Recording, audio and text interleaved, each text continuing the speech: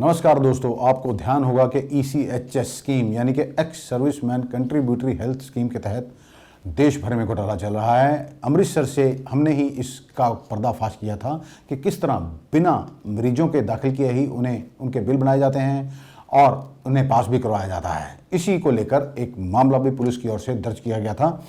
एक और मामला आपको ध्यान होगा, वर्ष 2019 में एक जीवन ज्योत अस्पताल है जहां पर सेहत विभाग की टीम छापामारी करती है। ये छापामारी की जाती है इंडियन मेडिकल एसोसिएशन की शिकायत पर कि वहां पर कोई डॉक्टर नहीं है।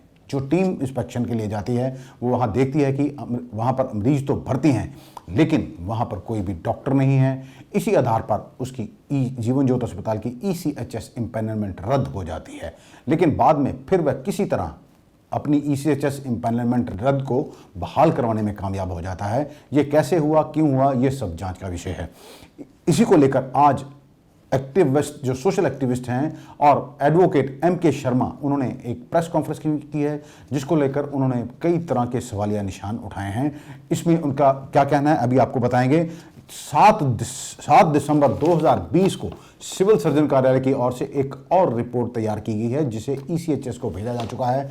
उसमें कहा गया है कि जीवन ज्योत अस्पताल की जो मालिक है, जिसकी रंजू नंदा, जिसका कॉन्ट्रैक्ट हुआ होता है, MOU साइन होता है ECHS के अधिकारियों के साथ, वह अपना अस्पताल आगे लीज पर दे देती है 3 लोगों को। वो लीज डीड दिखाती नहीं है, फिर बाद में वे कहती हैं कि इसकी लीज डीड हमने इसके साथ करार जो है रद्द कर लिया है। वो भी कागजात दस्तावेज दिखाए नहीं गए हैं सिविल सर्जन को की टीम को। ये भी तमाम जो दस्तावेज हमारे पास मौजूद हैं। जो ये रिपोर्ट है उसमें हम आपको ये रिपोर्ट पढ़कर सुनाएंगे। उसमें साफ लिखा है कि ECHS इम्पैनल अस्पताल में जब हमारी टीम छापापन करने के गई थी तो वहाँ पर 13 मरीज भर्ती थे लेकिन कोई भी फार्मासिस्ट नहीं था। वहाँ पर ना तो कोई जो नर्सें थी वो भी अपना कोई भी सर्टिफिकेट जो दिखाने में कामयाब नहीं रही। क्वालिफाइड जो है वो स्टाफ मौजूद नहीं था। इसके अलावा लेबर रूम ये कह के नहीं दिखाया गया था कि वहाँ पर वह डिलीवरियाँ नहीं करती हैं, लेकिन किरणदीप नाम के मरीज की 28 नवंबर 2019 को वहाँ पर डिलीवरी हुई होती है। ये तमाम चीज़ें जांच का विषय है। आखिरकार देश का पैसा खाया जा रहा है। ECHS के तहत बहुत बड़ी लूट हो रही है। आइए आपको बताते हैं एडवोकेट MK शर्मा ने प्रेस कॉन्फ्रेंस के दौरान क्या कहा। देखो, साडी जिहड़ी सेंटर गवर्नमेंट है, सेंटर गवर्नमेंट की एक ECHS स्कीम है। ECHS स्कीम जिहड़ी है it is related with belongs to ex army people और उसकी फुल फॉर्म तुहानूं सारिआं नूं पता ही है कि ex serviceman contributory health scheme. So इस मुद्दे ते ये स्कीम जिहड़ी है मैं थोड़ा जिहा इहदे पिछोकड़ बारे दस दिना कि 1 अप्रैल 2003 दे विच ये जिहड़ी है ये लॉन्च की गई सी। लेकिन जो लॉन्च की गई सी उदों इहदा जिहड़ा बेसिक ऑब्जेक्टिव सी वो ये सी कि असी एक्स सर्विसमैन लोगों की जिहड़ी है वेलफेयर करनी है। लेकिन टाइम तो बाद की होया कि लोगों ने इनू घपलेबाजी का एक साधन बना लिया, इनू एक करप्शन का साधन बना लिया। जे तुहानू याद होए तो 2 अक्तूबर नू एक कंटोनमेंट थाने दे विच एक FIR लॉज हुई सी जिहदे विच 25 बंदे नामजद होए सी। शहर के नामी बंदे, नामी doctor, white collar high level के जिहड़े लोग सी, हाई प्रोफाइल लोग जिहड़े सी उन्होंने अपना किनू कहता FIR दे विच लिया सी। वो FIR की नौबत क्यों आई? क्योंकि उस तो बाद पहला मैं ये मुद्दा चुकिया सी, मैं 2-3 चैनल्स ते ये मुद्दा चुकिया सी कि इहदे राहीं करप्शन हो रही है। ये जिहड़ी स्कीम है, ਜਿਹੜੇ ਸਾਡੇ सरहद ते ਜਿਹੜੇ ਸਾਡੇ फौजी वीर ਜਿਹੜੇ ने वो साडी रखिया करते हैं। इन्नी ठंड है तो अजकल असीं अपने घरां 'च नहीं रह सकते तो जून जुलाई 'च भी इन्नी ठंड दे विच साडीआं सरहदां दे विच पूरे मुल्क की रखिया करते हैं। सो ਜਿਹੜੇ ਉਹ एक्स सर्विसमैन ने उन्हां दा पैसा जिहड़ा उन्हां दी दुरवरतों किवें हो रही है, ये मैं उस जिहड़ी अपनी संबोधन सी जिहड़ा प्रैस नूं दिता सी ਉਹਦੇ सारा कीता सी। उस तो बाद ब्रिगेडियर साहब दे अपना कंप्लेंट मुदई बने सी तो उत्थे एक परचा जिहड़ा वो कट्टिया गया सी। परचा जिहड़ा सी वो 420 457 400 अपना 65 467 471 ਤੇ 120 ਦੇ ਤਹਿਤ ਜਿਹੜੀਆਂ ਨੇ IPC ਦੀਆਂ ਧਾਰਾਵਾਂ ਉਹਦੇ ਵਿੱਚ ਕੱਟਿਆ ਗਿਆ ਸੀ। ਮੈਂ ਸਮਝਦਾ ਵਾਂ ਕਿ ਜਿਹੜੇ ਲੋਕ ਦੇਸ਼ ਭਗਤ ਨੇ, ਜਿਹੜੇ ਲੋਕ ਦੇਸ਼ ਦੇ ਜਵਾਨ ਨੇ, ਜੇ ਉਹਨਾਂ ਦਾ ਪੈਸਾ ਕੋਈ ਖਾਂਦਾ ਹੈ ਤੇ ਉਹਦੇ ਤੇ ਦੇਸ਼ ਦਰੋਹ ਦਾ ਕੇਸ ਪੈਣਾ ਚਾਹੀਦਾ, ਉਹਦੇ ਤੇ ਸਿਰਫ 420 ਨਹੀਂ ਪੈਣੀ ਚਾਹੀਦੀ। ਪੁਲਿਸ ਨੇ ਬਹੁਤ ਸ਼ਲਾਘਾਯੋਗ ਕਦਮ ਚੁੱਕਿਆ FIR ਕੱਟ ਕੇ, ਲੇਕਿਨ ਮੈਨੂੰ ਥੋੜੀ ਜਿਹੀ ਨਾਰਾਜ਼ਗੀ ਹੈ ਪੁਲਿਸ ਤੋਂ ਕਿ ਅਸੀਂ ਉਸ ਜਿਹੜੀ FIR ਹੈ ਉਹਦੀ ਅਸੀਂ ਇਨਕੁਆਇਰੀ ਜਿਹੜੀ ਹੈ ਉਹ ਅੱਜ ਤੱਕ ਅਸੀਂ ਕਲੋਜ਼ ਕਿਉਂ ਨਹੀਂ ਕੀਤੀ। ਉਹ ਅਸੀਂ ਅੱਜ ਤੱਕ ਜਿਹੜੀ ਹੈ ਇਨਕੁਆਇਰੀ ਜਿਹੜੀ ਹੈ ਉਹ ਕਲੋਜ਼ ਕਿਉਂ ਨਹੀਂ ਕੀਤੀ। ਉਹ 2.5 ਮਹੀਨੇ ਹੋ ਗਏ ਨੇ ਔਰ ਇਹ यहाँ ਤੇ ਅਸੀਂ ਕੀ ਹੈ ਕਿ ਜਿਹੜੇ ਵਾਈਟ ਕਾਲਰਡ ਹਾਈ ਪ੍ਰੋਫਾਈਲ ਜਿਹੜੇ ਲੋਕ ਨੇ ਜਿਨ੍ਹਾਂ ਦੇ ਪਰਚਾ ਕੱਟਿਆ ਗਿਆ ਸੀ, यहाँ ਤੇ ਅਸੀਂ ਉਹਨਾਂ ਨੂੰ ਟਾਈਮ ਦੇ ਰਹੇ ਹਾਂ ਕਿ ਉਹ ਆਪਣੀ ਬੇਲ ਦਾ ਅਰੇਂਜਮੈਂਟ ਕਰ ਲੈਣ। ਜਾਂ ਇਹਦਾ ਕੀ ਰੀਜ਼ਨ ਹੈ? ਜੇ ਅਸੀਂ ਪਰਚਾ ਪਾਇਆ ਤੇ ਅਸੀਂ ਕਿਉਂ ਨਹੀਂ ਸਾਰਵਜਨਿਕ ਤੌਰ ਤੇ ਦੱਸ ਰਹੇ ਕਿ ਉਹਨਾਂ ਨੇ ਬੇਸਿਕਲੀ ਘਪਲੇਬਾਜ਼ੀ ਕੀ ਕੀਤੀ ਹੈ, ਕਿੰਨਾ ਪੈਸਾ ਜਿਹੜਾ ਉਹਨਾਂ ਨੇ ਖਾਧਾ, ਉਹਨਾਂ ਦਾ ਕੀ ਉਹਨਾਂ ਨੇ ਵਾਇਲੇਸ਼ਨਸ ਕੀਤੀਆਂ ਨੇ ਜਿਹਦੇ ਤਹਿਤ ਉਹਨਾਂ ਤੇ 420 ਦੇ ਜਿਹੜੇ ਕੇਸ ਨੇ ਜਾਂ ਫੋਰਜਰੀ ਦੇ ਜਿਹੜੇ ਕੇਸ ਨੇ ਉਹ ਪਏ ਨੇ। ਸਾਡੀ ਇਹ ਡਿਮਾਂਡ ਹੈ ਕਿ ਉਹ ਜਿਹੜੀਆਂ ਚੀਜ਼ਾਂ ਨੇ ਉਹ ਸਾਰੀਆਂ ਸਾਰਵਜਨਿਕ ਤੌਰ ਤੇ ਹਾਈਲਾਈਟ ਹੋਣ। ਅੱਜ ਜਿਹੜੀ ਮੈਂ ਚੀਜ਼ ਤੁਹਾਡੇ ਅੱਗੇ ਹਾਈਲਾਈਟ ਕਰਨ ਜਾ ਰਿਹਾ, ਮੈਂ ਸ਼ੁਰੂ ਤੋਂ ਕਦੇ ਕਿਸੇ ਇੰਡੀਵਿਜੂਅਲ ਨੂੰ ਟਾਰਗੇਟ ਨਹੀਂ ਕੀਤਾ, ਕਿਸੇ ਇੰਸਟੀਟਿਊਸ਼ਨ ਨੂੰ ਟਾਰਗੇਟ ਨਹੀਂ ਕੀਤਾ, ਕਿਸੇ ਆਰਗੇਨਾਈਜੇਸ਼ਨ ਨੂੰ ਟਾਰਗੇਟ ਨਹੀਂ ਕੀਤਾ। ਮੈਂ ਸਦਾ ਨਿਜ਼ਾਮ ਦੇ ਖਿਲਾਫ ਆਵਾਜ਼ ਉਠਾਈ ਹੈ ਜਿਹੜੇ ਸਾਡੇ ਦੇਸ਼ ਲਈ ਨੁਕਸਾਨਦਾਇਕ ਹੈ। ਅੱਜ ਤੁਸੀਂ ਸੁਣ ਕੇ ਹੈਰਾਨ ਹੋ ਜਾਓਗੇ ਕਿ ECHS ਸਕੀਮ ਜਿਹੜੇ ਹਸਪੀਟਲ 'ਚ ਹੈ ਉਹ ਇੱਕ ਇਹੋ ਜਿਹਾ ਹਸਪੀਟਲ ਹੈ ਜਿਹੜਾ ਉਹ ਸਕੀਮ ਨੂੰ ਲੀਜ਼ ਤੇ ਕਿਸੇ ਇਹੋ ਜਿਹੇ ਬੰਦੇ ਨੂੰ ਦੇ ਰਿਹਾ ਜਿਹਨੂੰ ਮੈਡੀਕਲ ਪ੍ਰੋਫੈਸ਼ਨ ਦਾ ਕੁਝ ਪਤਾ ਹੀ ਨਹੀਂ। Total commercialised activity. ਮੈਂ ਅੱਜ ਤੱਕ ਸੁਣਿਆ ਸੀ ਕਿ ਇਹ ਜੱਟ ਨੇ ਇੰਨੇ ਕਿੱਲੇ ਜਿਹੜੇ ਨੇ ਆਪਣੀ ਜ਼ਮੀਨ ਠੇਕੇ ਤੇ ਦੇਤੇ। ਮੈਂ ਸੁਣਿਆ ਸੀ ਜੀ ਕਿ ਇਹ ਕਾਰ ਪਾਰਕਿੰਗ ਜਿਹੜੀ ਇਹਨੇ ਕਾਰਪੋਰੇਸ਼ਨ ਤੋਂ ਲਈ ਤੇ ਇਹਨੇ ਠੇਕੇ ਤੇ ਦੇਤੀ। ਮੈਂ ਅੱਜ ਤੱਕ ਇਹ ਸੁਣਿਆ ਸੀ ਕਿ ਇਹਨੇ ਹੋਟਲ ਠੇਕੇ ਤੇ ਲਿਆ ਤੇ ਇਹਨੇ ਜਿਹੜਾ ਉਹ ਆਪਣਾ ਲੀਜ਼ ਤੇ ਦੇਤਾ, ਆਪਣਾ ਠੇਕੇ ਤੇ ਦੇਤਾ। ਲੇਕਿਨ ਮੈਡੀਕਲ ਸਰਵਿਸਿਜ਼ ਅਸੀਂ ਠੇਕੇ ਤੇ ਦੇਣ ਲਏ। ਔਰ ਅਸੀਂ ਕਿਹਨੂੰ ਠੇਕੇ ਤੇ ਦੇਣ ਲਏ ਆ? ਜਿਹੜੇ ਬੰਦੇ ਨੂੰ ABC ਨਹੀਂ ਪਤਾ ਕਿ ਮੈਡੀਕਲ ਚੀਜ਼ ਕੀ ਹੈ। ਔਰ ਉਹ ਜਿਹੜੀ ਇਮਾਰਤ ਹੈ, ਮੈਂ ਉਹਨੂੰ ਇਮਾਰਤ ਕਹਾਂਗਾ, ਉਹਨੂੰ ਮੈਂ ਹਸਪੀਟਲ ਨਹੀਂ ਕਹਾਂਗਾ। ਹਸਪੀਟਲ ਉਹ ਹੁੰਦਾ ਹੈ ਜਿੱਥੇ ਕੁਆਲੀਫਾਈਡ ਸਟਾਫ ਹੋਏ, ਹਸਪੀਟਲ ਉਹ ਹੁੰਦਾ ਹੈ ਜਿੱਥੇ ਸਾਰੀਆਂ ਅਮੈਨਿਟੀਜ਼ ਹੋਣ, ਹਸਪੀਟਲ ਉਹ ਹੁੰਦਾ ਹੈ ਜਿੱਥੇ ਤੁਹਾਨੂੰ ਹਰ ਤਰ੍ਹਾਂ ਦੀ ਸਹੂਲਤ ਮਿਲਦੀ ਹੋਏ, ਉਹਨੂੰ ਮੈਂ ਹਸਪੀਟਲ ਕਹਾਂਗਾ। ਲੇਕਿਨ ਉਹ ਜਿੱਥੇ EHC ਦਾ ਸਭ ਕੁਝ ਚੱਲਦਾ ਪਿਆ ਉਹ ਤੇ ਮੈਂ ਇੱਕ ਇਮਾਰਤ ਕਹਾਂਗਾ। ਔਰ ਉਹ ਇਮਾਰਤ ਦੇ ਵਿੱਚ ਕੀ ਹੈ ਕਿ ਸਾਡੇ ਦੇਸ਼ ਦੀ ਰੱਖਿਆ ਕਰਨ ਵਾਲੇ ਜਿਹੜੇ ਲੋਕ ਨੇ, ਜਿਹੜੇ ਸਾਡੇ ਜਵਾਨ ਨੇ, ਉਹਨਾਂ ਦੇ ਹਿੱਸੇ ਦਾ ਜਿਹੜਾ ਪੈਸਾ ਉਹ ਪੈਸੇ ਦੀ ਦੁਰਵਰਤੋਂ ਸ਼ਰੇਆਮ ਕੀਤੀ ਜਾ ਰਹੀ ਹੈ। ਔਰ ਜੇ ਤੁਹਾਨੂੰ ਯਾਦ ਹੋਏ ਤੇ ਮੈਂ ਪਿਛਲੇ ਕਲਾਸੇ ਦੇ ਵਿੱਚ ਇੱਕ ਹਸਪੀਟਲ ਹੈ ਫਤਿਹਗੜ੍ਹ ਚੂੜੀਆਂ ਰੋਡ ਤੇ, ਫਤਿਹਗੜ੍ਹ ਚੂੜੀਆਂ ਰੋਡ ਤੇ ਹਸਪੀਟਲ ਹੈ, ਉਹਦਾ ਨਾਮ ਹੈ ਜੀਵਨ ਜੋਤ ਹਸਪੀਟਲ। ਉਹਦਾ ਡਾਕਟਰ ਰੰਜੂ ਨੰਦਾ, ਉਹਨਾਂ ਦਾ EHC ਦੇ ਨਾਲ ਜਿਹੜਾ ਉਹ ਇੱਕ ਐਗਰੀਮੈਂਟ ਹੋਇਆ ਜੋ ਉਹਨਾਂ ਨੇ ਟਰਮਸ ਐਂਡ ਕੰਡੀਸ਼ਨਸ ਪੂਰੀਆਂ ਕੀਤੀਆਂ। ਐਂਡ ਸਰਪ੍ਰਾਈਜ਼ਿੰਗਲੀ ਉਹ ਮੈਡਮ ਨੇ ਉਹ ਜਿਹੜੀ ਫੈਸਿਲਿਟੀ ਗਵਰਨਮੈਂਟ ਕੋਲ ਲਈ ਆਪਣੀ ਡਿਗਰੀ ਦੇ ਬੇਸਿਸ ਤੇ ਜਿਹੜਾ ਲਾਇਸੈਂਸ ਲਿਆ ਉਹਨੂੰ ਗਾਂ ਲੀਜ਼ ਤੇ ਦੇਤਾ 7 ਵਰਿਆਂ ਲਈ। 7 ਵਰਿਆਂ ਲਈ ਕਿਹਨੂੰ ਦੇਤਾ? ਜਿਹਨੂੰ ABC ਨਹੀਂ ਪਤਾ ਮੈਡੀਕਲ ਲਾਈਨ ਦੀ ਕਿ ਮੈਡੀਕਲ ਲਾਈਨ ਹੁੰਦੀ ਕੀ ਹੈ। ਇਹ ਬਿਜ਼ਨਸ ਹੋਣ ਡਿਆ ਜੇ। ਔਰ ਇੱਕ ਚੀਜ਼ ਮੈਂ ਤੁਹਾਨੂੰ ਦੱਸ ਦਿਆਂ, ਇਹ ਮੁੱਦਾ ਸਿਰਫ ਮੈਂ ਅੰਮ੍ਰਿਤਸਰ ਦਾ ਨਹੀਂ ਗਲਾਂਦਾ, ਇਹ ਮੁੱਦਾ ਰਾਸ਼ਟਰੀ ਮੁੱਦਾ ਹੈ। ਔਰ EHC ਨੂੰ ਸੈਂਟਰ ਲੈਵਲ ਤੇ ਇਹ ਸਾਰੀ ਜਿਹੜੀ ਹੈ ਇਹ ਸਟੱਡੀ ਕਰਨੀ ਚਾਹੀਦੀ ਹੈ, ਸਾਰੀ ਇੰਸਪੈਕਸ਼ਨ ਕਰਾਉਣੀ ਚਾਹੀਦੀ ਹੈ, ਇਨਕੁਆਇਰੀ ਕਰਨੀ ਚਾਹੀਦੀ ਹੈ ਕਿ ਸਾਡੇ ਮੁਲਕ ਦਾ ਇੱਕ ਆਮ ਆਦਮੀ ਜਿਹੜਾ ਇਨਕਮ ਟੈਕਸ ਦਿੰਦਾ ਉਹਦੇ ਟੈਕਸ ਦੇ ਨਾਲ ਸਰਕਾਰ ਨੂੰ ਆਮਦਨ ਹੁੰਦੀ ਹੈ। ਤੇ ਸਰਕਾਰ ਭਾਵੇਂ ਉਹ ਡਿਫੈਂਸ ਨੂੰ ਬਜਟ ਦੇ, ਭਾਵੇਂ ਫਾਈਨਾਂਸ ਨੂੰ ਬਜਟ ਦੇ, ਭਾਵੇਂ ਇਨਫਰਾਸਟ੍ਰਕਚਰ ਦੀ ਡਿਵੈਲਪਮੈਂਟ ਲਈ ਬਜਟ ਦੇ, ਉਹ ਪੈਸਾ ਕਿਹਦਾ ਜਾ ਰਿਹਾ? ਉਹ ਪੈਸਾ ਇੱਕ ਆਮ ਨਾਗਰਿਕ ਦਾ ਜਾ ਰਿਹਾ। ਔਰ ਇਹ ਜਿਹੜੀ ਚੀਜ਼ ਹੈ ਇਹਦੇ ਵਿੱਚ ਕੀ ਹੈ ਥੋੜਾ ਜਿਹਾ ਮੈਂ ਤੁਹਾਨੂੰ ਦੱਸਦਾ।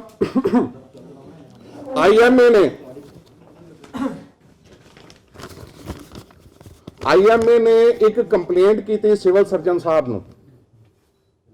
ਉਹਨਾਂ ਨੇ ਕਿਹਾ ਕਿ ਸਾਡੀ ਜਿਹੜੀ ਡਿਗਨਿਟੀ ਹੈ ਉਹ ਡਿਸਗ੍ਰੇਸ ਹੋ ਰਹੀ ਹੈ। ਸਾਡੀ ਡਿਗਨਿਟੀ ਕਿਉਂ ਡਿਸਗ੍ਰੇਸ ਹੋ ਰਹੀ ਹੈ?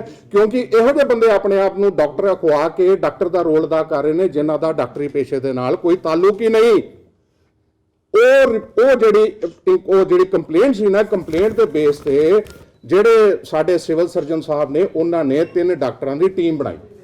ਉਹਨਾਂ ਦੇ ਵਿੱਚ assistant civil surgeon doctor Ramesh Kumar, ਉਹਨਾਂ ਦੇ ਵਿੱਚ ਮਹਿਰੂਮ ਮੇਰੇ ਬਹੁਤ ਪਿਆਰੇ ਮਿੱਤਰ ਡਾਕਟਰ ਅਰੁਣ ਸ਼ਰਮਾ ਜਿਹੜੇ ਐਸਐਮਓ ਸੀ ਆਪਣਾ ਸਿਵਲ ਹਸਪੀਟਲ ਦੇ ਵਿੱਚ, ਤੇ ਡਾਕਟਰ ਕਿਰਨਜੀਤ ਕੌਰ ਜਿਹੜੇ ਗਾਇਨੀ ਦੇ ਨੇ ਮੈਡੀਕਲ ਆਫੀਸਰ ਨੇ, ਇਹਨਾਂ ਨੇ 3 ਜਣਿਆਂ ਦੀ ਟੀਮ ਬਣਾਈ ਕਿ ਤੁਸੀਂ ਜਿਹੜਾ ਉੱਥੇ ਜਾ ਕੇ ਦੇਖੋ ਤੇ ਇਨਸਪੈਕਸ਼ਨ ਕਰੋ ਕਿ ਉਹਦੇ ਹਸਪੀਟਲ ਦੇ ਵਿੱਚ ਕੀ ਹੋ ਰਿਹਾ ਹੈ। ਹੁਣ ਜਦੋਂ ਉੱਥੇ ਹਸਪੀਟਲ 'ਚ ਗਏ, ਉਹਨਾਂ ਨੇ ਆਪਣੀ ਸਿਵਲ ਸਰਜਨ ਨੂੰ ਇੱਕ ਰਿਪੋਰਟ ਦਿੱਤੀ ਹੈ, ਮੈਂ ਰਿਪੋਰਟ ਤੁਹਾਨੂੰ ਸਾਰਿਆਂ ਨੂੰ ਦਵਾਂਗਾ। ਇਸ ਰਿਪੋਰਟ ਦੇ ਵਿੱਚ ਉਹਨਾਂ ਨੇ ਕਲੀਅਰਲੀ ਬਿਆਨ ਕੀਤਾ ਹੈ ਕਿ ਨਾ ਤੇ ਉੱਥੇ ਕੋਈ ਕੁਆਲੀਫਾਈਡ ਡਾਕਟਰ ਹੈ, ਉਹਨਾਂ ਨੇ ਸਿਰਫ ਹੈ ਨਹੀਂ ਵਰਡ ਯੂਜ਼ ਕੀਤਾ, ਉਹਨਾਂ ਨੇ ਕਿਹਾ ਤੈਨਾਤ, ਮਤਲਬ ਕਿ ਅਪਾਇੰਟਡ ਹੀ ਨਹੀਂ ਹੈ। ਇੱਕ ਤੇ ਹੁੰਦਾ ਨਾ ਕਿ ਬੰਦਾ ਸੱਜੇ ਖੱਬੇ ਕੋ ਗਿਆ ਦਾ ਤੇ ਉਹ ਗੱਲ ਹੈ, ਉੱਥੇ ਅਪਾਇੰਟਡ ਹੀ ਨਹੀਂ ਹੈ, ਕੋਈ ਪੈਰਾਮੈਡੀਕਲ ਦਾ EMPLOYE ਉੱਥੇ ਅਵੇਲੇਬਲ ਹੀ ਨਹੀਂ ਹੈ।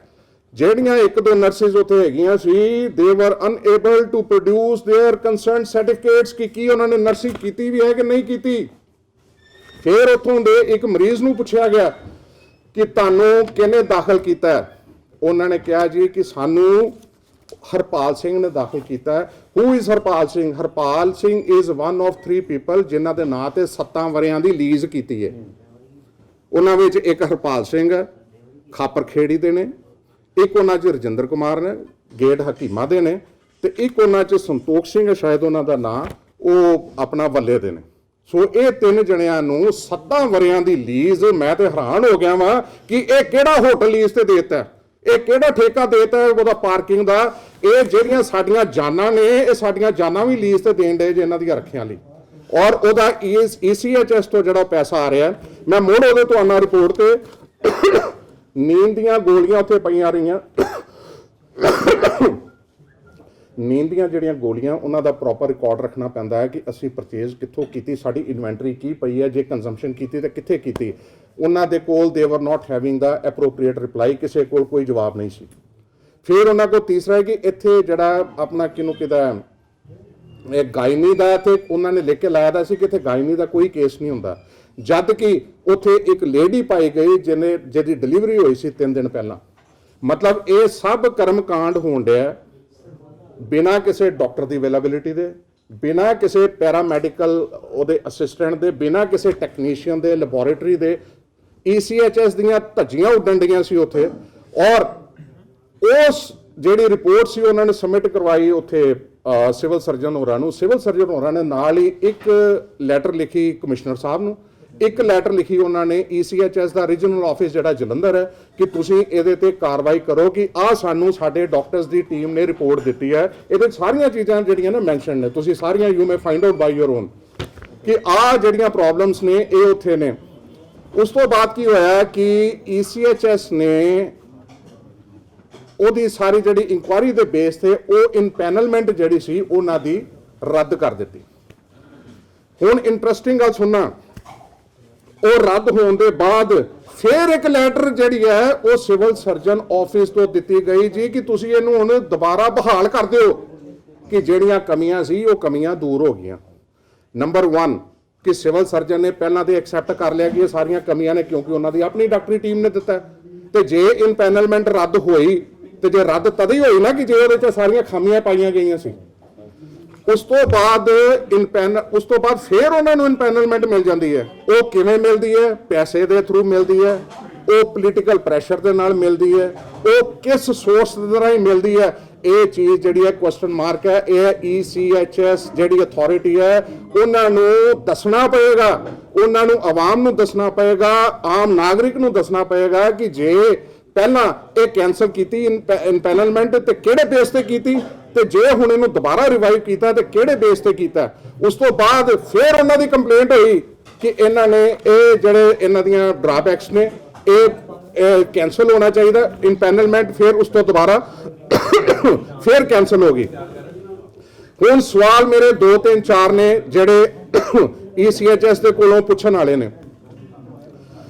ਉਹਨਾਂ ਦਾ ਬੇਸ ਕੀ ਸੀ, ਪੈਰਾਮੀਟਰ ਕੀ ਸੀ ਕਿ ECHS ਦੇ ਜਿਹੜਾ ਉਹ ਅਸੀਂ ਇਨਪੈਨਲਮੈਂਟ ਕਿਹੜੇ ਹਸਪੀਟਲ ਨੂੰ ਦੇ ਸਕਦੇ ਹਾਂ, ਕਿਹੜੀਆਂ ਟਰਮਸ ਐਂਡ ਕੰਡੀਸ਼ਨਸ ਨੇ, ਕਿਆ ਅਸੀਂ ਇਹ ਜਿਹੜੀਆਂ ਮੈਡੀਕਲ ਸਰਵਿਸਿਜ਼ ਨੇ ਕਿਆ ਅਸੀਂ ਇਹਨਾਂ ਨੂੰ ਲੀਜ਼ ਤੇ ਵੀ ਦੇ ਸਕਦੇ ਹਾਂ।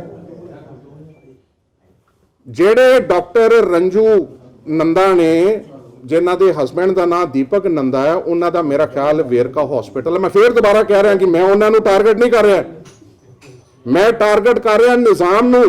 ਇੱਥੇ ਇਹੋ ਜਿਹਾ ਜੀਵਨ ਜੋਤ ਹਸਪੀਟਲ ਸਿਰਫ ਇੱਥੇ ਇੱਕ ਨਹੀਂ ਹੈ, ਇੱਥੇ ਲੱਖਾਂ ਹੋਣੇ ਨੇ ਇੱਥੇ ਪੂਰੇ ਹਿੰਦੁਸਤਾਨ ਦੇ ਵਿੱਚ।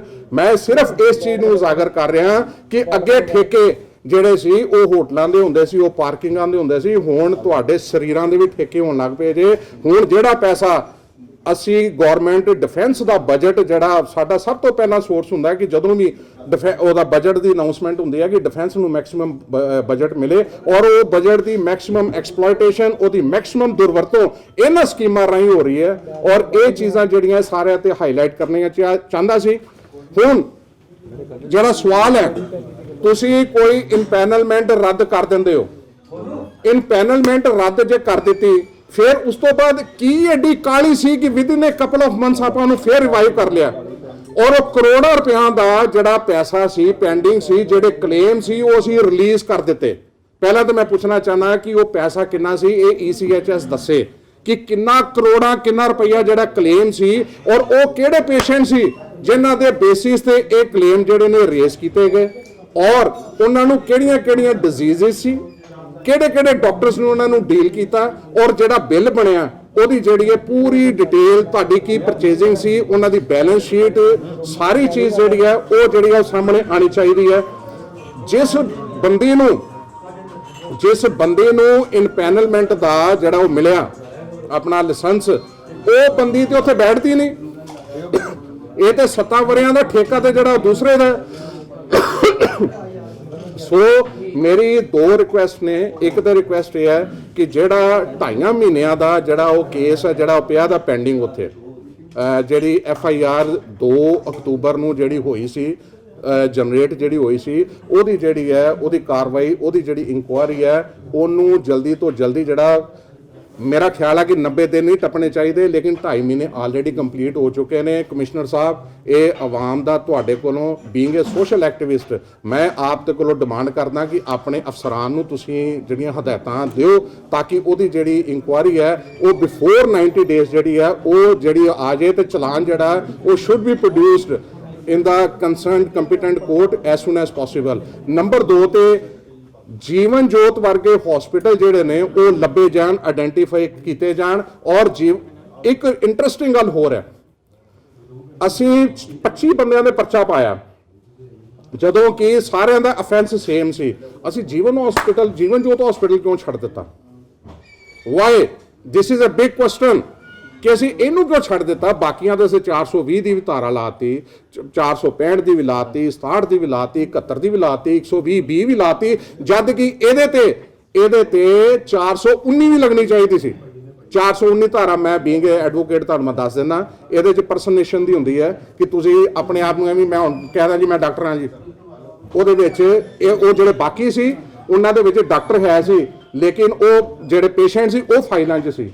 ਇੱਥੇ ਕੀ ਹੈ, ਤੇ ਇੱਥੇ ਡਾਕਟਰ ਤਾਂ ਕੋਈ ਹੈ ਹੀ ਨਹੀਂ, ਤੇ ਜਿਹੜੀਆਂ ਫਾਈਲਾਂ ਬਣੀਆਂ ਉਹਨਾਂ ਦਾ ਵੀ ਅਜੇ ਕੋਈ ਵੇਰਵਾ ਸਾਨੂੰ ਨਹੀਂ ਹੈਗਾ ਕਿ ਉਹ ਪਤਾ ਹੈ ਜਾਂ ਨਹੀਂ ਪਤਾ। ਸੋ ਇਹ ਜਿਹੜੀਆਂ ਚੀਜ਼ਾਂ ਨੇ ਇਹ ਸਾਰੀਆਂ ਹਾਈਲਾਈਟ ਜਿਹੜੀਆਂ ਕਰਨੀਆਂ ਪੈਣੀਆਂ। ਮੈਂ ਆਪ ਸਰ ਜੀਵਨ ਜੋਤ ਹਸਪੀਟਲ ਨੂੰ ਤੁਹਾਡੇ ਕਿਸੇ ਨਿੱਜੀ ਦੋਸਤ ਦੇ ਉੱਤੇ ਕੋਈ ਕੇਸ ਕੋਈ ਦਰਜ ਕੀਤਾ ਗਿਆ? ਦੇਖੋ, ਮੈਂ ਤੁਹਾਨੂੰ ਦੱਸਦਾ ਕਿ ਜੀਵਨ ਜੋਤ ਹਸਪੀਟਲ ਦੇ, ਮੇਰੀ ਸੁਣੋ, ਮੇਰਾ ਸਾਥੀ ਪੂਰਾ ਸ਼ਹਿਰ ਹੈ, ਮੇਰਾ ਸਾਥੀ ਪੂਰਾ ਪੰਜਾਬ ਆ। ਮੇਰਾ ਦੇਖੋ, ਮੈਂ ਆਈ ਐਮ ਦਾ ਓਨਲੀ ਸਨ, ਮੇਰਾ ਕੋਈ ਭਰਾ ਨਹੀਂ ਜੇ, ਕੋਈ ਭੈਣ ਨਹੀਂ ਜੇ, ਮੇਰਾ ਕਿਸੇ ਨਾਲ ਕੋਈ ਰੰਜਿਸ਼ ਨਹੀਂ। ਮੈਂ ਸਟਾਰਟਿੰਗ 'ਚ ਕਿਹਾ ਕਿ ਮੈਂ ਅੱਜ ਤੱਕ ਜੇ ਮੈਂ ਸਿੱਖਿਆ ਦੇ ਖੇਤਰ ਦੇ ਵਿੱਚ ਜਾਂ ਮੈਂ ਸਿਹਤ ਦੇ ਖੇਤਰ ਦੇ ਵਿੱਚ ਅੱਜ ਤੱਕ ਜਿੰਨੇ ਵੀ ਅੰਦੋਲਨ ਕੀਤੇ ਨੇ, ਮੈਂ ਕਦੀ ਵੀ ਕਿਸੇ ਇੰਡੀਵਿਜੂਅਲ ਜਾਂ ਕਿਸੇ ਇੰਸਟੀਟਿਊਸ਼ਨ ਜਾਂ ਆਰਗੇਨਾਈਜੇਸ਼ਨ ਨੂੰ ਮੈਂ ਟਾਰਗੇਟ ਨਹੀਂ ਕੀਤਾ। ਮੈਂ ਸਦਾ ਨਿਜ਼ਾਮ ਨੂੰ, ਸਰਕਾਰ ਦੇ ਨਾਲ ਮੱਥਾ ਲਾਣਾ ਕਿ ਆਹ ਸਿਸਟਮ ਜਿਹੜਾ ਸਿਸਟਮ ਕਿਉਂ ਗਲਤ ਆ। ਜੇ ਸਿਸਟਮ ਤੁਹਾਡਾ ਗਲਤ ਹੈ ਤਾਂ ਲੋਕੀ ਉਹਦਾ ਬੈਨੀਫਿਟ ਲੈਂਦੇ ਨੇ ਨਾ। ਇਹ ਮੈਂ ਇੱਕ ਐਗਜ਼ਾਮਪਲ ਲਈ ਹੈ, ਮੈਂ ਜੀਵਨ ਜੋਤ ਵਾਲੇ ਨੂੰ ਨਹੀਂ ਕੁਝ ਕਹਿਣ ਡਿਆ, ਨਾ ਹੀ ਮੈਂ ਉਹਦੀ ਕੰਪਲੇਂਟ ਰੇਜ਼ ਕਰਨ ਡਿਆ। ਮੈਂ ਤੇ ਉਹਦੀ ਇੱਕ ਕੰਪਲੇਂਟ, ਉਹਦੀ ਇੱਕ ਦੱਸਣ ਡਿਆ ਵਾਂ ਕਿ ਆਹ ਚੀਜ਼ਾਂ ਜਿਹੜੀਆਂ ਨੇ ਜੇ ਇੱਥੇ ਵਾਪਰ ਸਕਦੀਆਂ ਨੇ ਤੇ ਹੋਰ ਬਾਕੀਆਂ ਥਾਵਾਂ ਤੇ ਕਿਉਂ ਨਹੀਂ ਵਾਪਰ ਸਕਦੀਆਂ। ਸਰ ਅੱਜ ਤੋਂ 3 ਮਹੀਨੇ ਪਹਿਲੇ ਇੱਕ ਸਿਟੀ ਆਫਿਸ ਕੰਪਲੇਂਟ ਗਈ ਸੀ, ਹਾਂਜੀ, ਐਸੇ ਮੁੱਦੇ ਤੇ ਜੀ। ਉਹਨਾਂ ਨੇ ਉਸ ਵੇਲੇ ਸਾਰੀ ਗੱਲ ਪਤਾ ਕੀਤੀ, ਜਿਸ ਬੰਦੇ ਨਾਲ ਘਟਨਾ ਹੋਈ ਉਹ ਘੱਟੋ ਘੱਟ ਉਸ ਵੇਲੇ 10-12 ਇਕੱਠੇ ਹੋ ਕੇ ਉਹਨਾਂ ਨੇ ਕੰਪਲੇਂਟ ਦਿੱਤੀ ਹੈ ਜੀ।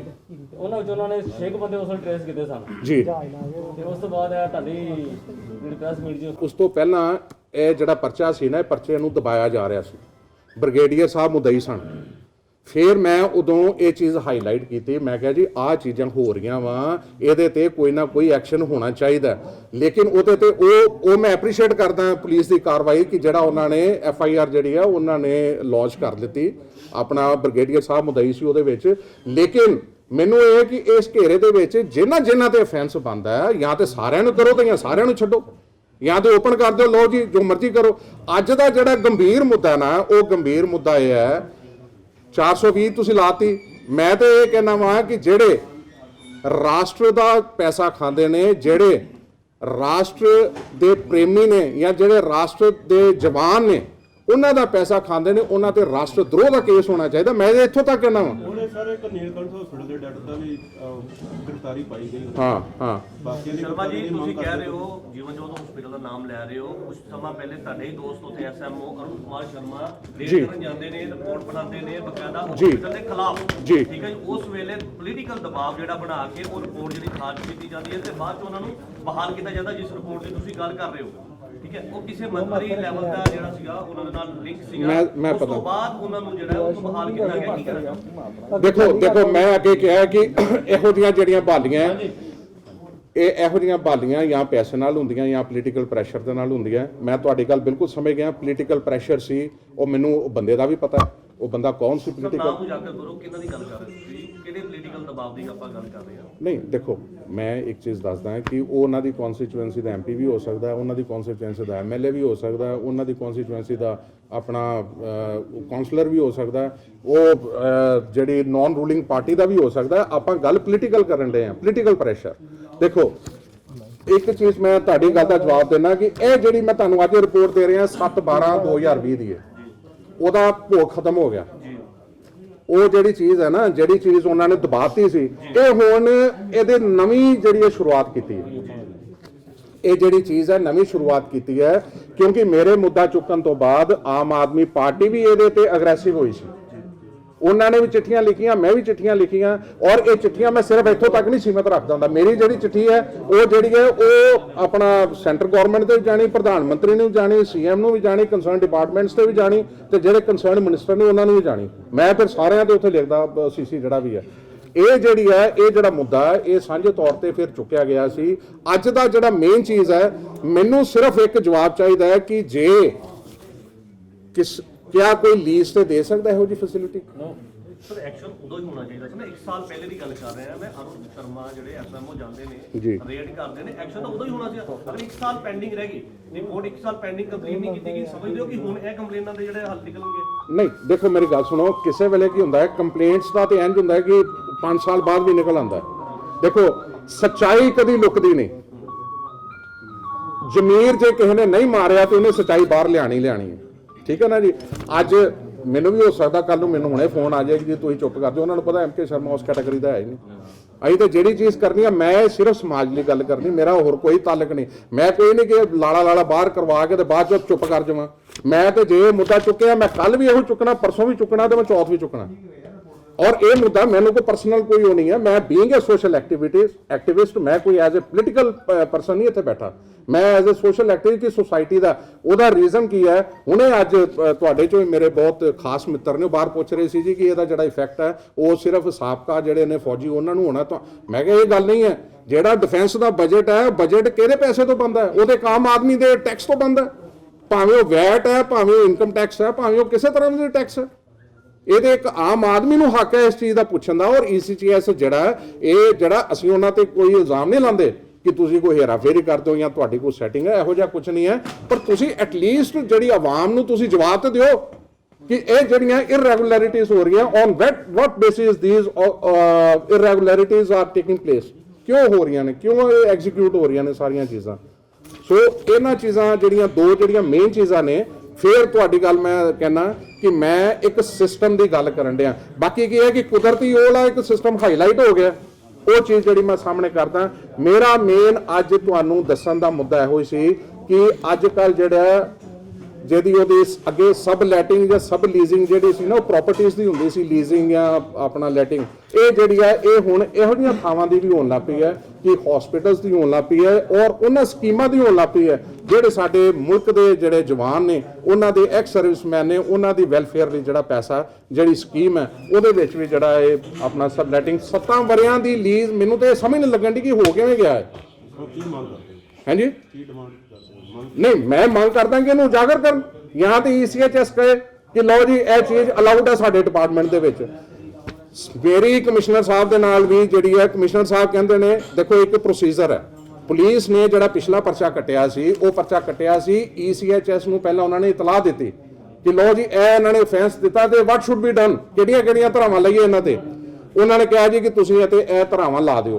ਹੁਣ ਮੈਨੂੰ ਇਹ ਨਹੀਂ ਸਮਝ ਆਉਂਦੀ ਕਿ ECHS ਨੇ ਮਤਲਬ ਅੱਧੇ ਨਾਂ ਕੱਢ ਦਿੱਤੇ ਅੱਧੇ ਪਾਤੇ। ਹੁਣ ਅੱਜ ਇਹ ਜਿਹੜਾ ਮੁੱਦਾ ਹੈ ਇਹਦੇ ਚ ਹੁਣ ਪੁਲਿਸ ਜਿਹੜੀ ਹੈ ਉਹ ECHS ਨੂੰ ਪੁੱਛੇ ਕਿ ਆਪਣਾ ਤੁਸੀਂ ਕੀ ਧਾਰਾਵਾਂ ਜਿਹੜੀਆਂ ਇੱਥੇ ਲਾਣਾ ਚਾਹੁੰਦੇ ਹੋ। ECHS ਉਹਨਾਂ ਨੂੰ ਕਹੇ ਕਿ ਲਓ ਜੀ ਸਾਡਾ ਇੱਥੇ ਕੋਈ ਲੀਜ਼ ਦਾ ਸਿਸਟਮ ਨਹੀਂ ਹੈਗਾ, ਜੇ ਇਹਨਾਂ ਨੇ ਲੀਜ਼ ਕੀਤੀ ਹੈ, ਜਿਹਨੇ ਲੀਜ਼ ਲਈ ਹੈ ਜਾਂ ਜਿਹੜਾ ਲੈਸਰ ਹੈ ਜਾਂ ਜਿਹੜਾ ਲੈਸੀ ਹੈ, ਦੋਵਾਂ ਦੇ ਜਿਹੜਾ ਤੁਸੀਂ ਪਰਚੇ ਦਰਜ ਕਰੋ, ਜਿਹੜੇ ਵੀ ਰੈਵਲੈਂਟ ਪਰਚੇ ਨੇ, ਕਿਉਂਕਿ ਗਵਰਨਮੈਂਟ ਦਾ ਧੋਖਾ ਤੇ ਸਿੱਧਾ ਫਰਾਡ, ਇਹ ਤੇ ਸਿੱਧਾ ਫਰਾਡ ਹੈ ਤੇ ਗਵਰਨਮੈਂਟ ਨਾਲ ਧੋਖਾ। ਸੋ ਇਹ ਚੀਜ਼ ਹੈ। ਸ਼ਰਮਾ ਸਾਹਿਬ ਤੁਸੀਂ ਐਡਵੋਕੇਟ ਜੇ ਕਿ ਇਹ ਲੀਜ਼ ਤੇ ਦੇਣਾ ਕਿ ਲੀਗਲ ਹੈ ਕਿ ਇਲੀਗਲ ਹੈ? ਦੇਖੋ ਜੀ ਮੇਰੇ ਹਿਸਾਬ ਨਾਲ ਇਲੀਗਲ ਹੈ, ਇਹ ਕਦੀ ਹੋ ਹੀ ਨਹੀਂ ਸਕਦਾ। ਜੇ ਇਹ ਕਿਸ ਤਰ੍ਹਾਂ ਹੋ ਸਕਦਾ ਹੈ? ਦੇਖੋ ਨਾ ਕਿ ਤੁਸੀਂ ਆਪਣੀਆਂ ਜਿਹੜੀਆਂ ਨੇ ਮੈਡੀਕਲ ਫੈਸਿਲਿਟੀਜ਼ ਕਿਸੇ ਨੂੰ ਪ੍ਰੋਵਾਈਡ ਕਰਨੀਆਂ, ਉਹਦੇ ਲਈ ਇੱਕ ਪੈਰਾਮੀਟਰ ਹੈ ਕਿ ਵਨ ਸ਼ੁੱਡ ਬੀ, ਇੱਕ ਪੈਰਾਮੀਟਰ ਹੈ ਕਿ MD ਹੋਣਾ ਚਾਹੀਦਾ ਜੀ, ਤੁਹਾਡੇ ਇੱਥੇ ਅਲਟਰਾਸਾਊਂਡ ਦੀ ਮਸ਼ੀਨ ਹੋਣੀ ਚਾਹੀਦੀ ਹੈ ਜੀ, ਤੁਹਾਡੀ ਐਕਸਰੇ ਹੋਣੀ ਚਾਹੀਦੀ ਜੀ, ਤੁਹਾਡੇ ਇੰਨੀਆਂ ਨਰਸਿਸ ਹੋਣੀਆਂ ਚਾਹੀਦੀਆਂ ਜੀ, ਤੁਹਾਡਾ ਜਿਹੜਾ ਉਹ ਵੇਸਟ ਜਿਹੜਾ ਹੁੰਦਾ ਆਪਣਾ ਇਹਦਾ ਪ੍ਰੋਪਰ ਸਿਸਟਮ ਹੋਣਾ ਚਾਹੀਦਾ ਜੀ, ਤੁਹਾਡਾ ਹਸਪੀਟਲ ਦੇ ਜਿਹੜੇ ਨੋਰਮਸ ਨੇ ਪੂਰੇ ਹੋਣੇ ਚਾਹੀਦੇ ਜੀ। ਦੇयर ਆਰ ਸੋ ਮੈਨੀ ਥਿੰਗਸ। ਹੁਣ ਅੱਜ ਇੰਝ ਹੈ ਕਿ ਉੱਥੇ ਹਿਸਾਬ ਇਹ ਲੈ ਕਿ ਜੇ ਤੂੰ ਕਰੋੜ ਕਮਾਣਾ ਤੇ ਮੈਨੂੰ ਆਪਣਾ ਕਿਹਨੂੰ ਕਿਦਾ 50 ਲੱਖ ਮੇਰਾ 50 ਲੱਖ ਤੇਰਾ, ਕਿਉਂਕਿ ਲਾਇਸੈਂਸ ਮੇਰਾ ਤੇ ਚਲਾਈ ਤੂੰ ਜਾ, ਬਿਲਡਿੰਗ ਮੇਰੀ। ਇਹ ਕੀ ਮਤਲਬ ਹੋ ਗਿਆ? ਇਹ ਤੇ ਉਹ ਹਿਸਾਬ ਹੋ ਗਿਆ ਨਾ ਕਿ ਡਲੋਜੀ ਮੈਨੂੰ ਕੋਈ ਬੰਦਾ ਕਹਿੰਦਾ ਕਿ ਯਾਰ ਹੋਟਲ ਮੇਰਾ ਹੈਗਾ ਤੇ ਤੂੰ ਇੱਥੇ ਆ ਕੇ ਚਲਾਈ ਜਾ ਤੇ ਜਿੰਨੇ ਪੈਸੇ ਬਣਨਗੇ ਅੱਧੇ ਕਰ ਲਾਂਗੇ। ਲੀਜ਼ ਤੇ ਦਿੱਤਾ ਕਦੋਂ ਨਾ? ਇਹ ਲੀਜ਼ ਤੇ ਦਿੱਤਾ ਜੀ ਇਹਨਾਂ ਨੇ 1/10/2019 ਤੋਂ, ਇਹਦੇ ਚ ਲਿਖਿਆ everything is mentioned here। ਅੱਛਾ ਇੱਕ ਇੰਟਰਸਟਿੰਗ ਗੱਲ ਹੋਰ ਤੁਹਾਨੂੰ ਮੈਂ ਦੱਸਦਾ, ਸਿਵਲ ਸਰਜਨ ਡਿਪਾਰਟਮੈਂਟ ਨੇ ECHS ਜਿਹੜੀ ਅਥਾਰਟੀ ਹੈ ਉਹਨਾਂ ਨੂੰ ਪੁੱਛਿਆ ਕਿ ਕਿਆ ਤੁਸੀਂ ਲੀਜ਼ ਤੇ ਦੇ ਸਕਦੇ ਹੋ ਕਿ ਨਹੀਂ। ਉਹਨਾਂ ਨੇ 3 ਵਾਰੀ ਪੁੱਛਿਆ, ਉਧਰੋਂ 3 ਵਾਰੀ ਜਵਾਬ ਹੀ ਨਹੀਂ। ਆਣਾ ਕਿੱਥੋਂ ਹੈ ਉਹ ਜਵਾਬ, ਆਣਾ ਕਿੱਥੋਂ ਹੈ? ਸੋ ਉਹ ਜਿਹੜੀ ਲੈਟਰਸ ਨੇ ਨਾ ਸਾਰੀਆਂ ਜਿਹਦੇ ਵਿੱਚ ਇਹ ਚੀਜ਼ ਐਡਮਿਟ ਕੀਤੀ ਗਈ ਹੈ ਕਿ ਇਹ 7 ਵਰਿਆਂ ਦਾ ਲੀਜ਼ ਸੀ, ਉਹ ਸਭ ਕੁਝ ਉਹਨਾਂ ਦੀ ਜਿੰਨੀ ਰਿਪੋਰਟ ਹੈ ਨਾ ਉਹ ਸਾਰੀ ਦੀ ਸਾਰੀ ਇਹਦੇ ਵਿੱਚ ਨੱਥੀ ਹੈ ਐਵਰੀਥਿੰਗ। ਔਰ ਇਹ ਜਿਹੜੀ ਹੈ 7/12/2020 ਦੀ ਮੈਂ ਤੁਹਾਨੂੰ ਦੇ ਰਿਹਾ, ਜਿਹਦੇ ਤੇ ਜਿਸ ਰਿਪੋਰਟ ਤੇ ਪਿਛਲੀ FIR ਜਿਹੜੀ ਰਜਿਸਟਰ ਹੋਈ ਸੀ ਉਹ ਇੱਕ ਵੱਖਰੀ ਸੀ, ਇੱਕ ਆਏ ਹੁਣ ਕਰੰਟ ਦੇ ਰਿਹਾ ਤੁਹਾਨੂੰ ਮੈਂ ਰਿਪੋਰਟ, ਔਰ ਇਹ ਸਾਰਿਆਂ ਦੇ ਰੈਫਰੈਂਸ ਲਿਆ, ਆਪਾਂ ਸਾਰੇ ਪੜ੍ਹ ਲੈਣੇ। ਜੇ ਫੇਰ ਕੋਈ ਇਹਦੇ ਚ ਕੋਈ ਸਵਾਲ जवाब होएगा तो आई एम रेडी। और इसी की सच्चाई जानने के लिए फिर हमने अमृतसर के सिविल सर्जन डॉक्टर रविंदर सेठी और सहायक सिविल सर्जन जो कि इस कमेटी के चेयरमैन हैं डॉक्टर अमरजीत सिंह, उनसे भी बात की। आपको वो भी दिखाएंगे कि वह क्या कहते हैं। ਸਤਿ ਸ਼੍ਰੀ ਅਕਾਲ ਡਾਕਟਰ ਸਾਹਿਬ ਤੁਹਾਡੀ ਟੀਮ ਨੇ ਜਿਹੜੀ ਹੁਣੇ ਜੀਵਨ ਜੋਤ ਹਸਪਤਾਲ ਦੇ ਵਿੱਚ ਰੀ ਇਨਕੁਆਇਰੀ ਕਰਕੇ ਉਹਦੇ ਚ ਕੀ ਸਰ ਫਾਈਂਡਿੰਗ ਤੁਸੀਂ ਪਾਇਆ? ਇਹਦੇ ਕੋਲ ਕੋਈ ਡਾਕਟਰ ਸੀ, ਸਟਾਫ ਸੀ ਕਿ ਨਹੀਂ? ਸਰ ਦੇਖੋ ਜੀ, ਇਹ ਜਿਹੜਾ ਅਸੀਂ ਪੁਰਾਣਾ ਜੋ ਸਾਨੂੰ ਰਿਕਾਰਡ ਮੁਹੱਈਆ ਕੀਤਾ ਗਿਆ ਤੇ ਰਿਕਾਰਡ ਐਗਜ਼ਾਮਿਨ ਕੀਤਾ, ਉਸ ਸਮੇਂ ਦੀ ਜਿਹੜੀ ਪੜਤਾਲੀਆ ਕਮੇਟੀ ਨੇ ਰਿਪੋਰਟ ਦਿੱਤੀ ਸੀ ਕਿ ਜਿੱਦਣ ਉਹਨਾਂ ਨੇ ਉੱਥੇ ਰੇਡ ਕੀਤੀ ਸੀ ਉਦੋਂ ਮਤਲਬ ਕਿ ਉੱਥੇ ਕੋਈ ਡਾਕਟਰ ਮੌਜੂਦ ਨਹੀਂ ਸੀ। ਇੱਕ ਹਰਪਾਲ ਸਿੰਘ ਬੰਦਾ ਸੀ ਜਾਂ ਹੋਰ 2-4 ਬੰਦੇ ਸੀ, ਇਸ ਤੋਂ ਇਲਾਵਾ ਉਹਨਾਂ ਨੂੰ ਉੱਥੇ ਕੋਈ ਹੀ ਬੰਦਾ ਨਹੀਂ ਮਿਲਿਆ। ਅਤੇ ਜੇ ਉਹਨਾਂ ਰਿਕਾਰਡ ਬਾਰੇ ਪੁੱਛਿਆ ਕਿ ਪ੍ਰੋਡਿਊਸ ਕਰਨਾ ਵਾਸਤੇ, ਉਹ ਪ੍ਰੋਡਿਊਸ ਨਹੀਂ ਸੀ ਕਰ ਸਕੇ। ਤੇ ਡਾਕਟਰ ਸਾਹਿਬ ਕੀ ਉਹਨਾਂ ਨੇ ਤਾਂ ਇਹ ਵੀ ਕਿਹਾ ਸੀ ਵੀ ਇਸੇ ਕਿੱਥੇ ਕੋਈ ਡਿਲੀਵਰੀ ਨਹੀਂ ਕਰਦੇ, ਬਟ ਜਦੋਂ ਟੀਮ ਨੇ ਕੁਝ ਪੇਸ਼ੈਂਟਸ ਨੂੰ ਪੁੱਛਿਆ ਸੀ ਉੱਥੇ ਪੇਸ਼ੈਂਟ ਐਡਮਿਟ ਸੀ, ਉਹਨੇ ਕਿਹਾ ਵੀ ਮੇਰੀ ਇੱਥੇ ਹੀ ਡਿਲੀਵਰੀ ਹੋਈ ਹੈ। ਕੀ ਇਹ ਕਰ ਸਕਦਾ ਕੋਈ ਬੰਦਾ ਇਸ ਤਰ੍ਹਾਂ? ਦੇਖੋ ਜੀ, ਐਜ ਪਰ ਜੋ ਸਾਡੀ ਉਸ ਟੀਮ ਨੇ ਮਤਲਬ ਕਿ ਉੱਥੇ ਕੀ ਕਹਿੰਦੇ ਰੇਡ ਕਰਨ ਦੇ ਦੌਰਾਨ, ਇਨਵੈਸਟੀਗੇਸ਼ਨ ਦੇ ਦੌਰਾਨ ਜੋ ਪਾਇਆ, ਉਹਨਾਂ ਦਾ ਇਹ ਬਿਆਨ ਹੈਗਾ ਕਿ ਇਹ ਕਹਿੰਦੇ ਸੀ ਕਿ ਡਿਲੀਵਰੀ ਨਹੀਂ ਕੀਤੀ, ਪਰ ਉੱਥੇ ਡਿਲੀਵਰੀ ਹੋਈ ਸੀ। ਅੱਛਾ ਡਾਕਟਰ ਸਾਹਿਬ, ਇੱਕ ਹੋਰ ਗੱਲ ਤੁਸੀਂ ਜਿਹੜੀ ਪੜਤਾਲ 'ਚ ਸਾਹਮਣੇ ਆਇਆ, ਜੀਵਨ ਜੋਤ ਹਸਪਤਾਲ ਦੀ ਜਿਹੜੀ ECHS ਦੀ ਇੰਪੈਨਲਮੈਂਟ ਹੈ ਉਹ ਤਾਂ ਕਿਸੇ ਹੋਰ ਦੇ ਨਾਲ ਹੋਈ ਹੁੰਦੀ ਹੈ ਅਤੇ ਅੱਗੋਂ ਠੇਕੇ ਦੇ ਦਿੱਤਾ ਜਾਂਦਾ ਹੈ। ਇਹ ਥੋੜ੍ਹਾ ਸਰ ਕਲੀਅਰ ਕਰਨਾ ਜੀ। ਸਰ ਦੇਖੋ ਜੀ, ਇਹ ਅਸੀਂ ਹੁਣ ਜਦੋਂ ਸਾਰਾ ਕੁਝ ਐਗਜ਼ਾਮਿਨ ਕੀਤਾ ਵਾ ਤੇ ਇਹ ਵੇਖਿਆ ਕਿ ਇਹ ਜਿਹੜਾ ਹਸਪਤਾਲ ਉਸ ਸਮੇਂ ਦੌਰਾਨ ਜਦੋਂ ਰੇਡ ਹੋਈ ਸੀ, ਇਹ ਹਸਪਤਾਲ ਇਹਨਾਂ ਨੇ ਲੀਜ਼ ਤੇ ਦਿੱਤਾ ਹੋਇਆ ਸੀ, ਜਿਹੜਾ ਹਰਪਾਲ ਸਿੰਘ, ਰਜਿੰਦਰ ਕੁਮਾਰ ਤੇ ਸੁਖਦੇਵ ਸਿੰਘ ਨੂੰ। ਤੇ ਅਸੀਂ ਜਦੋਂ ਇਹਨਾਂ ਪੁੱਛਿਆ ਕਿ ਇਹ ਤੇ ਤੁਸੀਂ ਹਸਪਤਾਲ ਲੀਡ ਤੇ ਦਿੱਤਾ ਸੀ, ਤੇ ਇਹ ਹਸਪਤਾਲ ਉਂਝ ਸ਼੍ਰੀਮਤੀ ਰੰਜੂ ਨੰਦਾ ਪਤਨੀ ਦੀਪਕ ਨੰਦਾ ਦੇ ਨਾਂ ਤੇ ਸੀ। ਅੱਛਾ, ਇਹਨਾਂ ਦੇ ਨਾਮ ਤੇ ਜਿਹੜਾ ਹਸਪੀਟਲ ਸੀਗਾ ਰੰਜੂ ਨੰਦਾ ਦੇ ਨਾਮ ਤੇ ਇਹਨੇ ਅੱਗੋਂ 3 ਬੰਦਿਆਂ ਨੂੰ ਲੀਜ਼ ਤੇ ਦਿੱਤਾ ਸੀ। ਦਿੱਤਾ ਸੀ 7 ਸਾਲ ਵਾਸਤੇ, ਪਰ ਇਹ ਕਹਿੰਦੇ ਸੀ ਕਿ ਅਸੀਂ ਦਸੰਬਰ ਮਹੀਨੇ ਦੇ ਵਿੱਚੋਂ, ਕਿਉਂਕਿ ਅਸੀਂ ਉਹਨਾਂ ਦੀ ਕਾਰਗੁਜ਼ਾਰੀ ਤੋਂ ਇਸ ਤਰ੍ਹਾਂ ਸਾਡੇ ਹਸਪਤਾਲ ਦੀ ਮਤਲਬ ਕਿ ਜੋ ਡਿਫੇਮ ਹੋ ਗਿਆ, ਤੇ ਅਸੀਂ ਇਹਨਾਂ ਕੋਲ ਲੀਜ਼ ਵਾਪਸ ਲੈ ਲਈ। ਪਰ ਮਤਲਬ ਕਿ ਲੀਜ਼ ਵਾਪਸ ਖਤਮ ਕਦੋਂ ਹੋਈ, ਇਹਦਾ ਰਿਕਾਰਡ ਸਾਨੂੰ ਉਹ ਨਹੀਂ ਪ੍ਰੋਡਿਊਸ ਕਰ ਸਕੇ। ਇਹਦਾ ਰਿਕਾਰਡ ਹਜੇ ਤੱਕ ਵੀ ਤੁਹਾਨੂੰ ਪ੍ਰੋਡਿਊਸ ਨਹੀਂ ਕਰਨਾ? ਨਹੀਂ। ਮਤਲਬ ਕੁੱਲ ਮਿਲਾ ਕੇ ਗੱਲ ਕੀਤਾ ਸਰ, ਡਾਕਟਰ ਸਾਹਿਬ ਜਿਵੇਂ ਬਿਨਾਂ ਡਾਕਟਰਾਂ ਤੋਂ ਹਸਪਤਾਲ ਚਲਾਉਣਾ ਕ੍ਰਾਈਮ ਹੈ? ਦੇਖੋ ਜੀ, ਬਿਨਾਂ ਡਾਕਟਰਾਂ ਤੋਂ ਹਸਪਤਾਲ ਤੇ ਵੈਸੇ ਨਹੀਂ ਚਲਾਉਣਾ ਹੀ ਨਹੀਂ ਚਾਹੀਦਾ ਜੀ। ਜਿਹੜੇ ਮਰੀਜ਼ਾਂ ਦਾ, ਇਹ ਤੇ ਮਰੀਜ਼ਾਂ ਦੀ ਜਾਨ ਨਾਲ ਖਿਲਵਾੜ ਆ ਨਾ ਜੀ। ਸਰ ਇਸ ਤਰ੍ਹਾਂ ਵਾ ਕਿ ਖਿਲਵਾੜ ਕਹਿ ਸਕਦੇ ਹਾਂ ਕਿ ਅਨਕੁਆਲੀਫਾਈਡ ਬੰਦਿਆਂ ਨੂੰ ਨਹੀਂ ਇਹ ਮਰੀਜ਼ਾਂ ਦੀ ਡੀਲ ਕਰਨਾ ਚਾਹੀਦਾ। ਤੇ ਡਾਕਟਰ ਸਾਹਿਬ ਇਹ ECHS ਨੂੰ ਵੀ ਦੇਖਣਾ ਚਾਹੀਦਾ ਨਾ, ਜੇ ਬਿਨਾਂ ਡਾਕਟਰਾਂ ਦੇ ਹਸਪਤਾਲ ਚੱਲਣ ਡਿਆ ਤੇ ਐਸੇ ਲੋਕਾਂ ਦੇ ਖਿਲਾਫ ਜੇ ਕਾਰਵਾਈ ਕਰਨੀ ਚਾਹੀਦੀ ਤੇ ਇਹੋ ਜਿਹੇ ਬੰਦਿਆਂ ਨੂੰ ECHS ਇੰਪੈਨਲਮੈਂਟ ਨਹੀਂ ਮਿਲਣੀ ਚਾਹੀਦੀ। ਸਰ ਇਹ ਤੇ ECH ਜਦੋਂ ਆਪਣੀ ਇੰਪੈਨਲਮੈਂਟ ਦਿੰਦੀ ਹੈ, ਇਹ ਉਹਨੂੰ ਚਾਹੀਦਾ ਕਿ ਆਣ ਕੇ ਸਾਰਾ ਐਗਜ਼ਾਮਿਨ ਕਰੇ, ਸਭ ਕੁਝ ਕਰੇ, ਕੀ ਕੌਣ ਹੈਗਾ ਕੀ ਨਹੀਂ ਹੈਗਾ, ਉਹਦੇ ਹਿਸਾਬ ਨਾਲ ਹੀ ਇਹਨਾਂ ਨੂੰ ਇੰਪੈਨਲਮੈਂਟ ਦੇਣੀ ਚਾਹੀਦੀ ਹੈ, ਕਿਉਂਕਿ ECH ਇੱਕ ਇੰਡੀਪੈਂਡੈਂਟ ਬਾਡੀ ਹੈ। ਡਾਕਟਰ ਸਾਹਿਬ ਇਸ ਵਾਲੀ ਤੁਹਾਡੀ ਟੀਮ ਦੇ ਨਾਲ ਕੌਣ ਡਾਕਟਰ ਸੀਗੇ ਇਸ ਵਾਰੀ ਤੁਹਾਡੀ ਟੀਮ 'ਚ? ਦੇਖੋ ਜੀ, ਪਹਿਲਾਂ ਜਦੋਂ ਨਵੀਂ ਗਠਿਤ ਟੀਮ ਹੋਈ ਸੀ ਉਦੋਂ ਮੈਂ ਸੀ, ਡਾਕਟਰ ਅਰੁਣ ਕੁਮਾਰ ਸੀ, ਸਵਰਗੀ ਅਰੁਣ ਕੁਮਾਰ ਜੀ ਸੀ ਜਿਨ੍ਹਾਂ ਦੇ ਬਾਅਦ 'ਚ ਕਰੋਨਾ ਕੇ ਡੈਥ ਹੋ ਗਈ ਸੀ, ਤੇ ਡਾਕਟਰ ਨਿਰਮਲ ਸਿੰਘ ਸੀ। ਫਿਰ ਟੀਮ ਨਵੀਂ ਗਠਿਤ ਕੀਤੀ ਗਈ ਜਿਸ 'ਚ ਮੈਂ, ਡਾਕਟਰ ਬ੍ਰਿਜ ਤੇ ਡਾਕਟਰ ਨਿਰਮਲ ਸਿੰਘ ਸੀ।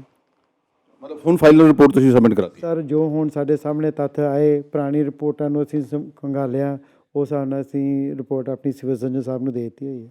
ये देखिए, इनका स्पष्ट कहना है कि जीवन ज्योत अस्पताल में जब छापामारी की गई थी वहाँ पर 13 मरीज तो दाखिल थे जिनका इलाज किया जा रहा था, लेकिन वहाँ पर कोई डॉक्टर मौजूद नहीं था, यानी कि बिना डॉक्टरों और स्टाफ के ही मरीजों का इलाज किया जा रहा था, जो किसी अपराध से कम नहीं है। तब सिविल सर्जन कार्यालय की ओर से पुलिस को भी लिख दिया गया था कि मामले की गहन जांच की जाए और इनके खिलाफ मामला दर्ज किया जाए, लेकिन मामला दर्ज नहीं होता है। हमारे साथ इस मामले को लेकर और भी कुछ लोग हैं, हम उनसे भी बात करेंगे कि आखिर उनका क्या कहना है। डॉक्टर साहब सत श्री अकाल। ਸਤਿ ਸ਼੍ਰੀ ਅਕਾਲ ਜੀ। ਡਾਕਟਰ ਸਾਹਿਬ ਜਿਹੜੀ ਜੀਵਨ ਜੋਤ 'ਚ ਜਦੋਂ ਛਾਪਾਮਾਰੀ ਹੋਈ ਸੀ 1 ਸਾਲ ਪਹਿਲੇ, ਉਹਨੂੰ ਲੈ ਕੇ ਤੁਹਾਡਾ ਕੀ ਕਹਿਣਾ? ਉਹਦੀ ਰਿਪੋਰਟ ਉਦੋਂ ਵੀ ਇੱਕ ਟੀਮ ਗਈ ਸੀਗੀ, ਡਾਕਟਰ ਅਰੁਣ ਸ਼ਰਮਾ, ਇੱਕ ਗਾਇਨਾਕੋਲੋਜਿਸਟ, ਇੱਕ ECS ਡਾਕਟਰ ਰਮੇਸ਼, ਉਹਨਾਂ ਨੇ ਇੱਕ ਰਿਪੋਰਟ ਆਪਣੀ ਦਿੱਤੀ ਸੀ। ਉਸ ਤੋਂ ਬਾਅਦ ਫਿਰ ਇੱਕ ਦੁਬਾਰਾ ਕਮੇਟੀ ਗਠਿਤ ਕੀਤੀ ਗਈ, ਮੇਰੇ ਤੋਂ ਪਹਿਲੇ ਜਿਹੜੇ ਸਿਵਲ ਸਰਜਨ ਸੀ ਉਹਨਾਂ ਨੇ ਵੀ ਰਿਪੋਰਟ ਆਪਣੀ ਪੇਸ਼ ਕਰ ਦਿੱਤੀ, ਔਰ ਉਹਨਾਂ ਨੇ ਇਸ ਰਿਪੋਰਟ ਨੂੰ ਆਪਣੀ ਥਾਵਾਂ 'ਤੇ ਭੇਜ ਦਿੱਤਾ ਸੀ। ਡਾਕਟਰ ਸਾਹਿਬ ਹੁਣ ਫਾਈਨਲ ਰਿਪੋਰਟ ਜਿਹੜੀ ਹੁਣ ਫਿਰ ਹੋਈ ਹੈ? ਹਾਂਜੀ, ਹੁਣ ਫਾਈਨਲ ਹੋ ਗਈ ਆ, ਫਾਈਨਲ ਜਿਹੜੀ ਹੈ ਇਹਨਾਂ ਨੂੰ ਭੇਜ ਦਿੱਤਾ ਗਿਆ ਜਿੱਥੋਂ ਜਾਣਾ ਸੀ ਉਹਨਾਂ ਨੂੰ। ਤੇ ਡਾਕਟਰ ਸਾਹਿਬ ਰਿਪੋਰਟ 'ਚ ਕੋਈ ਡਾਕਟਰ ਨਹੀਂ ਸੀ ਉਹਨਾਂ ਕੋਲ ਜਦੋਂ ਇਲਾਜ ਕੀਤਾ ਉੱਥੇ ਉਹਨਾਂ ਮਰੀਜ਼ਾਂ ਦਾ, ਜਦੋਂ ਟੀਮ ਗਈ ਸੀ? ਜਿਹੜੀ ਪਹਿਲੀ ਰਿਪੋਰਟ ਜਦੋਂ ਉਸ ਵੇਲੇ ਗਈ ਸੀ, ਉਸ ਵੇਲੇ ਰਿਪੋਰਟ ਜੋ ਆਈ ਸੀ ਉਸ ਵੇਲੇ ਕੋਈ डॉक्टर मौजूद नहीं। देखिए, civil surgeon doctor Ravinder Singh Sethi ने भी ये कह दिया है कि ये रिपोर्ट उनके सामने पड़ी है, कोई भी डॉक्टर मौजूद नहीं होता, फिर आखिरकार इन्हें ECHS कैसे मिलती है, बहुत बड़ा जांच का विषय है। हमारी भी दरख्वास्त है ECHS के आला अधिकारियों के साथ मामले की जांच CBI से करवाई जाए, और जो पैसा ECHS के तहत जीवन ज्योत अस्पताल को भेजा जारी किया गया है, वो सारे पैसे की भरपाई की जानी चाहिए।